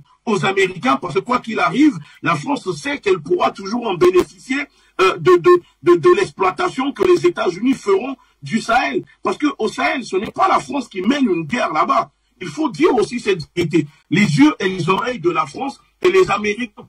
La France a perdu ses contrôles militaires. Et on voit Macron, la classe politique qui gesticule. Mais je suis désolé, moi j'ai la liste des militaires tués, les militaires africains tués pour libérer la France. Ce n'est pas 53 militaires. Les 53 militaires là-bas ne sont pas morts, peuple malien, ni pour le peuple africain. La France pratique une guerre économique pour l'intérêt de ces multinationales déguisées en guerre contre le terrorisme. On nous parle du terrorisme, mais est-ce que vous avez déjà entendu ou vu la version des personnes que l'État français combat? On n'attend que la version de la France dire nous combattons des terroristes parce qu'ici il y a des terroristes. On n'attend jamais la version de l'autre côté. Normalement, il doit y avoir deux versions. La version de la France et la version des personnes que la France est censée combattre. Mais c'est toujours le même système. Il n'y a que la France qui accuse, il n'y a que la France qui bombarde. Donc aujourd'hui, sur le continent africain, n'importe qui dérange ce système mis en place, ce système où des dictateurs n'hésitent pas à tuer leur propre population. Quand des personnes vont se lever, ou des panafricanistes, ou des opposants se lèvent, la France n'hésite pas à les tuer ou fournir des renseignements à ces pays pour faire éliminer ces personnes au nom du terrorisme, pour dire ce sont des terroristes. Ça veut dire que même moi ou les camarades ici, demain on est en Afrique, on va nous lâcher une bombe dessus pour dire que, ah, parce qu'ils étaient avec des terroristes et personne ne voit la preuve. Donc aujourd'hui, ce système utilisé par la France pour occuper militairement le continent africain, nous devons le combattre. Et pour cela, il faut faire en sorte que le peuple africain puisse se soulever. Il faut faire en sorte que le peuple africain se lève tout seul et que la diaspora doit accompagner, doit appuyer, informer, mais derrière, le peuple africain doit se lever. Parce que Macron est là pour défendre l'intérêt de la France. Aux Africains de défendre l'intérêt de l'Afrique. Et on ne peut pas reprocher à des gens qui défendent leur propre intérêt qu'ils le font. À nous de faire la même chose. Les Africains qui vivent en France, défendez l'intérêt de l'Afrique. Les Africains qui vivent sur le continent, défendez l'intérêt de l'Afrique. Oui, ils nous reprocheront de pratiquer le nationalisme. Mais n'oublions pas que la politique française pratique le jacobinisme. Et le jacobinisme, c'est quoi? C'est en quelque sorte du nationalisme que la politique française pratique ici. La plupart sont des jacobins. Pour les personnes qui ne connaissent pas, allez-y, regardez c'est quoi le jacobinisme. Donc on ne doit plus se dire qu'est-ce qu'ils vont penser de nous ou vivre selon le regard ou la façon dont ces personnes veulent nous montrer c'est quoi la démocratie. Si vous prenez le Charte Mandingue, le Mali avait déjà publié les déclarations de droits de l'homme avant même que l'Occident ne puisse savoir c'est quoi les droits de l'homme. Donc, quand on connaît son histoire, on ne peut plus rester les bras croisés, attendre que l'Occident puisse venir nous dire comment nous devons nous comporter, par quel système politique il faut utiliser ou quel système monétaire nous devons utiliser pour nous libérer. La personne qui veut se libérer ne demande pas la permission à son maître, il se libère. L'esclave qui veut se libérer se libère. L'esclave qui ne veut pas se libérer restera esclave. Et si on veut être libre, on a les moyens, on peut être libre. Celui qui ne veut pas rester libre, c'est son problème, c'est sa volonté. Donc, si les gens veulent vivre dans la servitude volontaire et penser que la France est une puissance qu'on ne peut pas déposer sur le continent africain, moi je vous dis que non, c'est faux. On peut déposer l'impérialisme français sur le continent africain et redonner les terres aux paysans, redonner la richesse aux populations. Cette richesse aujourd'hui cooptée par une élite d'officiers, de députés que la France utilise pour garder la mainmise sur les pays. Nous avons la capacité aujourd'hui. Donc, il ne faut plus avoir peur. Et je dis, la révolution est en marche et on ne peut plus faire marche arrière. À nous, maintenant, de savoir, de nous organiser, d'articuler la lutte que nous sommes en train de faire avec d'autres pays. Et je vais finir en disant, rapprochons-nous des pays comme le Venezuela, rapprochons-nous des pays comme Cuba, etc., qui, en termes de renseignements, sont très avancés, en termes de révolution sanitaire, très avancés, scientifiques, très avancés. Il faut que les pays africains, il faut que le gouvernement malien se rapproche de ces pays. Diversifions les partenariats pour utiliser, occuper le terrain comme le fait la France et les chasser du territoire et des terres africaines.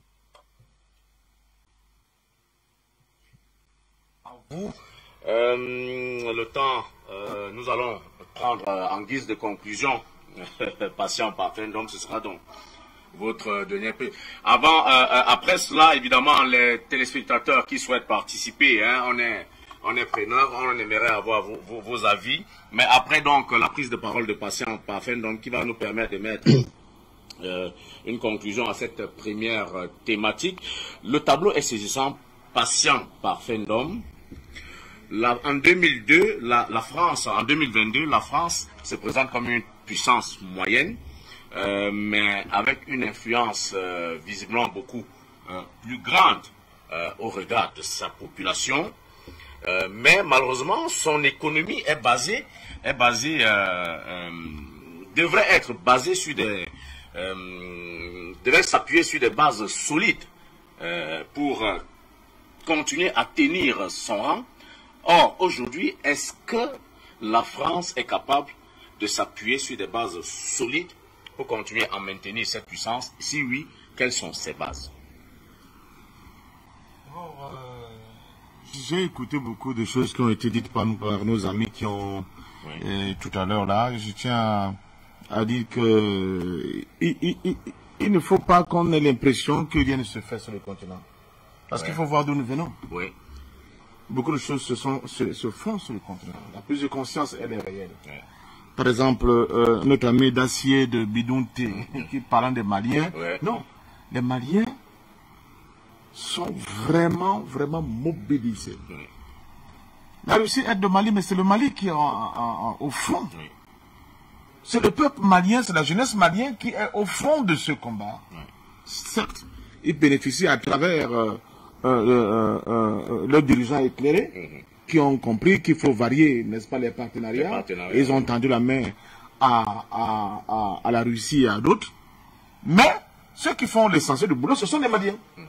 C'est la jeunesse malienne qu'on a vu dans les rues, qu'on voit dans les manifestations, qui font un certain nombre de choses. On ne peut pas dire qu'ils soient lâches. Voilà. Donc, on ne peut pas dire qu'ils sont lâches, qu'ils ne font rien. Premièrement. Deuxièmement, les questions de rapport de force et de domination dans les sociétés, elles sont d'ordre idéologique. Vous ne pouvez pas gommer comme ça d'être la question d'ordre idéologique. Dans la vie, les gens font des choix. Même nous les Africains, il ne faut pas qu'on déifie, ou bien qu'on, comment on dit ça, on essaie de faire trop de kilaf. Vous savez, une expression camerounaise, on l'a aidé pour bien trouver le mot. Les Africains, non, il y a d'autres Africains qui ont fait des choix. C'est une question de choix. La question est d'ordre idéologique.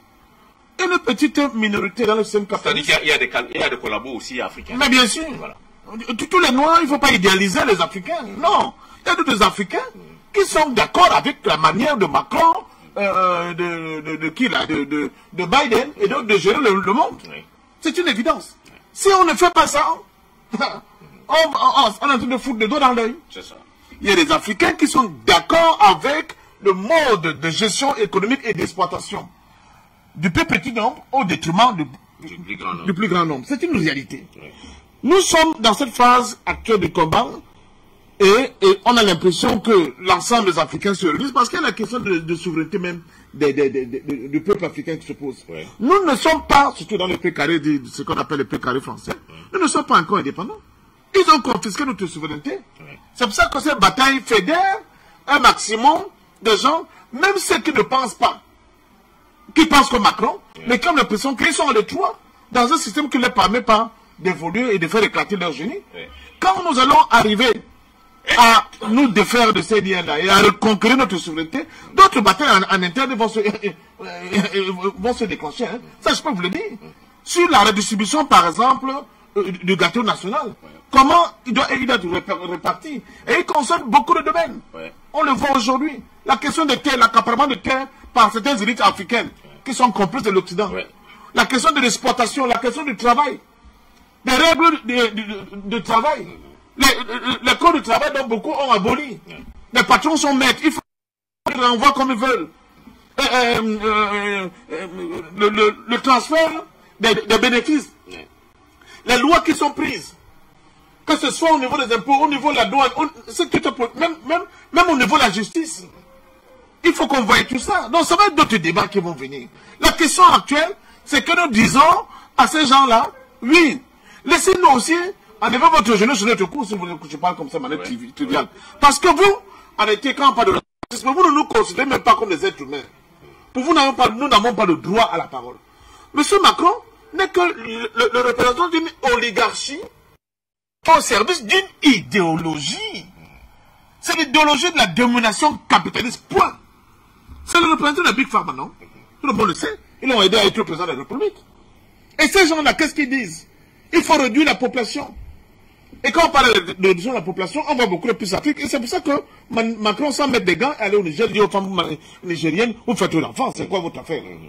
C'est pour ça que les réseaux LGBT, on met la pression sur Obama pour imposer un agenda, n'est-ce pas, LGBT à Macky Sall, etc., etc. On le voit.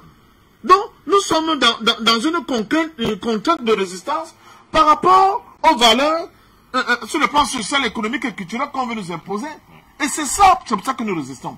Maintenant, comment le faire? Oui, d'accord, bravo. Au niveau de la diaspora, les gens s'organisent. Chapeau. Mais il faut une organisation aussi à l'intérieur de notre continent. C'est pour ça que je vous ai dit tout à l'heure, on a dévié sur le sport. Ne laissons pas des temps importants comme ça qui influencent la vie des jeunes Africains. On dit, ah non, c'est pas important. Non, c'est important. Il faut aller mener des batailles là-bas pour faire comprendre aux jeunes Africains que votre sport doit avoir pour objectif de libérer notre continent. On voit d'ailleurs, sur tous les plans. On voit d'ailleurs, par exemple, l'engouement, Oui. et pas seulement au Cameroun, autour de la victoire de Francis Ngannou. Mais regardez, Oui. regardez. Et qui suscite même des vocations maintenant. J'ai vu un reportage au Sénégal, justement, où les gens s'organisent à promouvoir ce... Non, au-delà de s'organiser, de telle manière que nous puissions être capables de capter Que nous laissions une pas part non d'espace. importante C'est ça. de cette manne que génèrent Oui. ces activités pour les services basiques de La la cause population. panafricaniste. Donc c'est très important. Donc je pense que il faut faire attention, peut-être qu'on va vite en besoin. Il ne faut pas qu'on soit de simples révoltés, parce que révolutionnaire signifie autre chose. Hein. Un révolutionnaire, ce n'est pas un simple révolté. Justice qui s'énerve, il dit non, il faut tout casser. Non. Oui. Un révolutionnaire, c'est quelqu'un qui pense, Quelle qui méthode. s'organise dans des organisations qui ont pour vocation à changer qualitativement la vie de ses concitoyens. C'est ça. Et pour cela, il faut des forces organisées. Oui. Et ces forces organisées ne peuvent pas seulement dire on est déjà dans la rue, mais comment? Pour faire quoi? C'est pour ça que j'interpelle les organisations politiques, parce que c'est elles qui ont pour l'instant vocation à le faire. Il faut orienter, il faut que les organisations politiques d'un certain niveau soient de nouveau debout dans notre continent. Elles ont disparu. Les dernières, avant les indépendances, on avait par exemple du PC au Cameroun. Elle est presque en lambeau aujourd'hui, dû justement à cette France coloniale avec des contentieux historiques dont vous avez à juste titre cité. Et le docteur Yagné Tom Daniel, qui est actuellement en Angola, est en train d'écrire un excellent livre, dont j'ai lu quelques pages, sur le contentieux historique, dont en réalité il a été quelqu'un, j'allais dire le précurseur, ces derniers temps, d'avoir mis cela sur la table. Mais regardez l'ANC, dans quel état il est. Même le FLNA, le FLN algérien, il a fallu que de nouveaux cadres arrivent et essaient de, parce qu'au moment de Bouteflika là, ça tanguait déjà. Absolument. Voilà. Donc, on ne peut pas dire qu'on vient de faire. À un moment donné, c'est le mouvement de vague. On avance, on recule, on est haut, on est au Le creux. Frélimo, etc. Mais le Frélimo, même les MPLA, à un moment donné, on a vu que ça tanguait. Oui. Donc, nous sommes dans cette prise de cette contestation-là. Au niveau de la pensée, le panafricanisme est structuré. Que les gens aillent dire, autant pour moi. De Kwame Nkrumah jusqu'à Cheikh Anta Diop, il est structuré. Je vais vous parler d'autres auteurs importants comme les Noto, les Oumyobé et consorts. Il est structuré. N'oubliez pas, ne l'oublions pas. C'est pas encore, je dis qu'il ne faut pas déifier, ou bien il ne faut pas idéaliser l'homme noir, l'homme africain. La fameuse différence qu'il y a eu entre le bloc de Casablanca et le bloc de Monrovia dessinait déjà les attitudes et les choix des Africains. C'est qu'on pensait qu'il faut continuer de rester sous le joug de l'impérialisme capitaliste. Et d'autres pensaient le contraire. C'est ça aussi, la bataille que nous allons avoir dans un futur proche au niveau de notre continent. Et c'est pour ça que j'ai, validé avec beaucoup de bonheur l'idée et la réalisation du président Laurent Gbagbo avec la création du Parti des peuples africains. Parce que ce sont les peuples africains, Côte d'Ivoire, PPA Côte d'Ivoire, ce sont les peuples africains que nous devons travailler. Pour leur faire comprendre qu'en réalité, ce qu'on appartient. Et vous devez vous mobiliser pour vous battre pour qu'une autre Afrique soit possible. Parce que l'Afrique telle qu'on la connaît là aujourd'hui, c'est une Afrique qui a arrêté au service d'autres intérêts. Et le cas de Macron, même en France, contrairement à ce qu'on peut penser, le gros des Français subissent aussi cette politique-là. Ils la subissent. On a vu les gilets jaunes, on a vu les manifestations pour le pass sanitaire, on a vu avec quelle violence ils essaient d'imposer une ligne qui ne reçoit pas l'assentiment du plus grand nombre. Et on continue de le voir. Donc c'est où tu marches ou tu crèves. C'est ça qui s'impose par le biais des armes, par le biais de la violence, par le biais d'un système politique, économique et culturel complètement de caniveau, mais qu'on veut faire passer pour valeur supérieure avec des choses comme le LGBT, bon, excusez-moi, bon, je ne vais pas être un peu plus vache que ça. Dans l'histoire même européenne, regardez l'histoire européenne, elle est faite de guerre. Hein. Elle est faite de guerre pas possible. Pas seulement la guerre de 100 ans. Tous les empires là, c'était des guerres pas possibles. Des recompositions pas possibles, mais sanglantes. Depuis la Rome antique, en passant par les guerres germaniques et prussiennes, françaises et tout ça, et anglo-saxonnes. Vous regardez comment ça se fait. Parce que les gens qui étaient au niveau des privilèges, ils ne pensent pas un seul instant qu'il faut lâcher de ces privilèges-là. Donc, ils créent des systèmes qui entretiennent des guerres pour continuer à soumettre le plus grand nombre. La démocratie elle-même, elle est une construction. Elle n'est jamais achevée. Parce que les gens trouvent toujours, comme c'est le cas ici chez nous, en Afrique aujourd'hui, les gens sont dans un prétendu système où il y a des députés, et d'autres le monde sait que 90% de ces gens, c'est des faits, et souvent le thème, c'est de la réalité. Ils travaillent que pour leur qu'on s'en fout complètement de l'intérêt national. Qui sont censés. Vous le savez très bien. Donc, je dis, nous sommes dans une marche. Moi, je dis, l'Afrique, quand je parle d'Afrique, l'Afrique profonde, était considérée comme un monstre qui était endormi dans un sommeil comateux. Avec... Vous voulez dire un géant? Un géant, voilà. Quand je parle monstre, ce n'est pas au sens péjoratif, mais de sa puissance, sa grandeur. Donc, si je voulais géant, c'est mieux. Il est peut-être debout, il tue peut-être, parce que tu n'es pas encore en place, mais il est déjà debout. Alors qu'avant, il était complètement dans un sommeil comateux. Et c'est une construction, ce panafricanisme-là, où nous allons continuer à insister. Ça fait plus de 10 ans que nous sommes sur un plateau pour en parler. Mais beaucoup plus. Moi, par exemple, plus de 30 ans que je suis dans une organisation politique qui en parlait, qui essaie de s'organiser. Heureusement, les satellites sont venus, merci aux satellites. Maintenant, le petit track... Il n'y a plus d'écho. Oui, maintenant, ça va vite. Et ça atteint, n'est-ce pas, des endroits insoupçonnés. Et ça influence même le subconscient de certains intellectuels qui avaient le cerveau complètement cramé par rapport à la discipline d'une idéologie dont on voit bien qu'elle n'est personne. Et le monde lui-même. Le monde lui aussi, il est en crise. Notre monde dans lequel nous vivons est en crise. Le capitalisme est en crise. Réalisez même les penseurs économiques, même de l'Occident, comme le Thomas Piketty, pour le comprendre. Il est aussi en crise, il se cherche, il bagarre. Ce qui s'est passé au Capitole aux États-Unis, vous voyez que sur quoi? C'est la crise, c'est l'expression, une autre expression de la crise du capitalisme. Parce que, de plus en plus, les gens qui étaient un peu gâtés du système économique planétaire, avec les nouveaux acteurs qui eux aussi prennent des parts de marché de gauche à droite, commencent à se poser des questions sur cette forme de cette...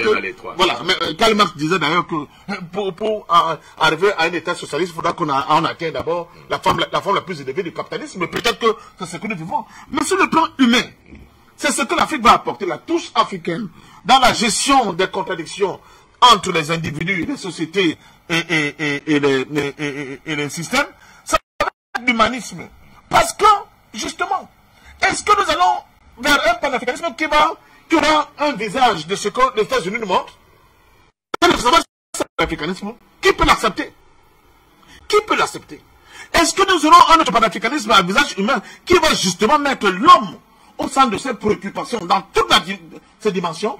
Je pense que la domestication de la science, qui est un leitmotiv qui est le nôtre, mais aussi l'unité de notre politique, de notre continent, doit avoir comme pilier, comme référence ultime, le fait qu'il faudra qu'on soit capable de construire un système qui mettra justement l'homme au centre de ses préoccupations, justement en accord avec la nature. Que cela n'est pas une simple utopie. Mais vous savez, les utopies d'hier sont les vérités d'aujourd'hui. Quand vous réalisez comment vous voyez d'autres choses, vous vous dites, mais c'est le prophète. S'il fallait écrire une Bible, et écoutez, le Mumba est conscient, vous allez dire que c'est des prophètes. Mais non, mais c'est parce qu'ils ont analysé la situation, les sociétés. Ils sont arrivés à des conclusions, avec des grilles de lecture, peut-être que nous commençons nous aussi à nous appréhender aujourd'hui. Mais c'est l'analyse. Ce n'est pas la magie, c'est l'analyse.